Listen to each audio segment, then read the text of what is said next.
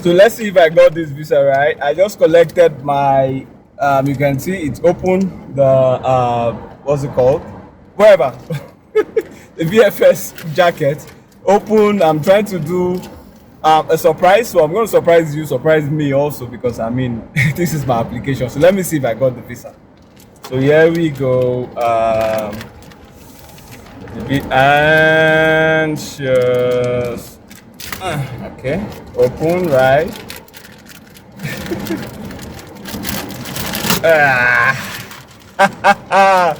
Okay, wait, the paper I'm seeing.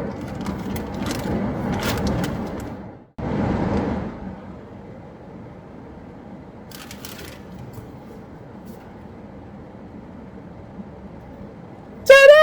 I got the visa. Yeah, I got the visa, but these Portuguese people, they are always stingy, sha.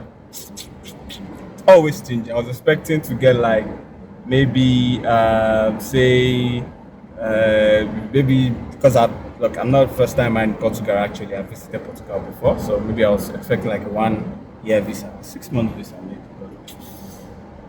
But yeah, but I got the visa. Hello, welcome to my channel, Visa Talks with K. So as you know already, in today's video I'll be talking about how I got my Portugal visa approved. I'll be giving you my guide on how I was able to book the appointment successfully. Appointment booking now is quite an issue, but I was able to do it successfully. Then the documents I actually included in my visa application that made me get this visa at this time. Okay, so yes, welcome back, guys. So the first thing I did, of course, was to book an appointment. I'm a bit familiar with the Portugal application process, but then recently they changed the process whereby you need to book your appointment passing through a verification system. So that verification system is quite difficult to pass through, but I was able to pass through that. I already made a video of that already, so I won't be talking much on that. I'll drop the description on the video, the link of the video. I'll drop it on this video on the screen now, while you can also revert to the description section of this same video to watch how you can book your Portugal visa successfully without an issue. So after I booked the appointment, yes, I kind of went ahead to, of course, go submit my visa application. And on that day, you know how VFS is with their crazy requirements. You know, you have to do this, you have to do that, you have to, at times there was a guy with me that they sent him out like 4 times, you know, error here, error there, error there, error here. So it was quite difficult for that person, but then because I'm well experienced on this, I submitted basically without any issue. So what our advice is, I have a video of what you need to submit, you know, when it comes to the visa application process for Portugal. You can watch that video also on the screen. The link is on the screen, and I also drop it on the description section of this video. You can watch that video so that once you go in, you don't have any problem at all. So what I did basically differently was that in that video, that in the previous video I had created, then they asked that we submit multiple documents. So we do like photocopies of every document we're submitting, but this time around they stopped that. So all the documents I photocopied were not necessary, really.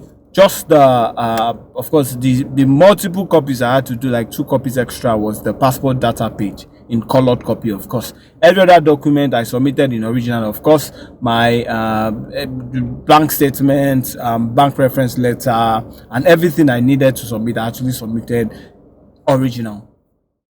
So coming into what really I did, what are the documents I submitted? Yeah, so first, because like I said, I've had experience in Portugal. I've actually been there with my family once also on vacation.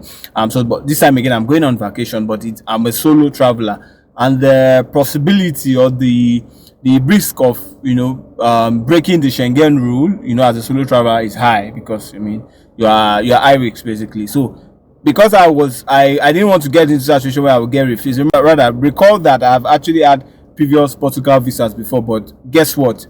It doesn't guarantee that you get the visa next time, particularly from where I'm coming from. So you have to always prove that you are going to come back. So because I had to do that strongly, I had to do an itinerary plan. I always mention this in my video, right? Yeah, an itinerary plan. But I now did a tour package. Like I booked and paid for 3, 4, 5 tours. I think it was 4 tours that I used. I went to the booking. So you can actually, so let me just be clear. You can use booking.com to book your tour, or you can go to viator.com. It's another online system that allows you to book tours. So I booked like 4 tours basically on booking.com. I use booking.com this time because they don't have issues with credit card. For Viator, they is a bit sensitive, and I wasn't able to get through that, but booking.com gave me the access. So I did like 4 tours paid, and again, you don't need to actually pay the most expensive of the expensive tours. So averagely, I think I spent cumulatively around $72, that's just for the cumulative figure now. So some tours were $10, some tours were just $5, for instance. So I mean, it's budget friendly, so you need to also save costs, because I mean, you don't want to go booking. Depending on your budget anyway, you can book an $100 tour. But then I did my tour, and the dates for the tours kind of tallied with my itinerary plan, right? So if I'm going to visit maybe Berlin Tower, for instance, on a Tuesday, then on my plan, of course, obviously it's logical, right? It will read Tuesday, the location and all that. So again, I mean, itinerary plans are always itinerary plans. I can give you a draft if you need one to guide you, basically. So, but then the thing about Schengen visa that I'm always happy about is I can travel. I mean, outside Portugal. So if I have plans to go to Switzerland, for instance, or maybe Switzerland is too far, maybe Spain. I think Spain is closer to Portugal. I can actually use that visa, hit Portugal, hit Lisbon, then from there I take a train, a bus, or even a plane back to Spain. So that's most reason why I love Schengen visas, because of the opportunity it allows you to travel wide without restrictions, right? So again, that's why you see me always going to Portugal here and there, because then that's where my history is. So that also reminds me, if I would advise you, try to create an history with specific embassies, particularly for Schengen visas. So like I'd mentioned, my own travel records right now, though I've been to other Schengen countries, like I'd applied directly to them and I got visas, but then Portugal has been my most frequent visa application focal point, right, for Schengen. So I would advise that if you want to have good records for your visa approvals, be consistent with a particular country. Like I said, Schengen visas are open far and wide to around 25 countries or so, 25 countries now. So if you have one visa, you can actually travel, genuinely as a visitor, to other countries without having issues.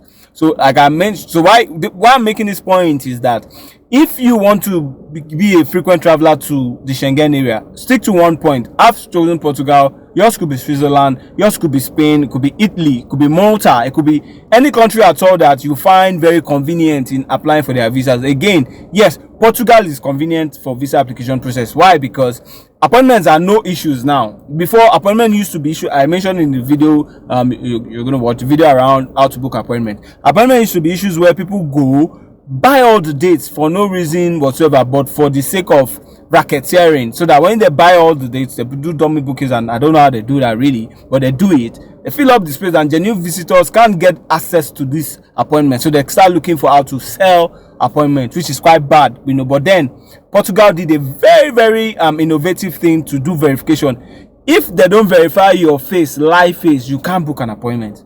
So that's settled. So I mean, if one person does one time, he's gonna get caught, or he or she's gonna get. And your verification is not just for your face and the face on the passport. So you can see how innovative that process is.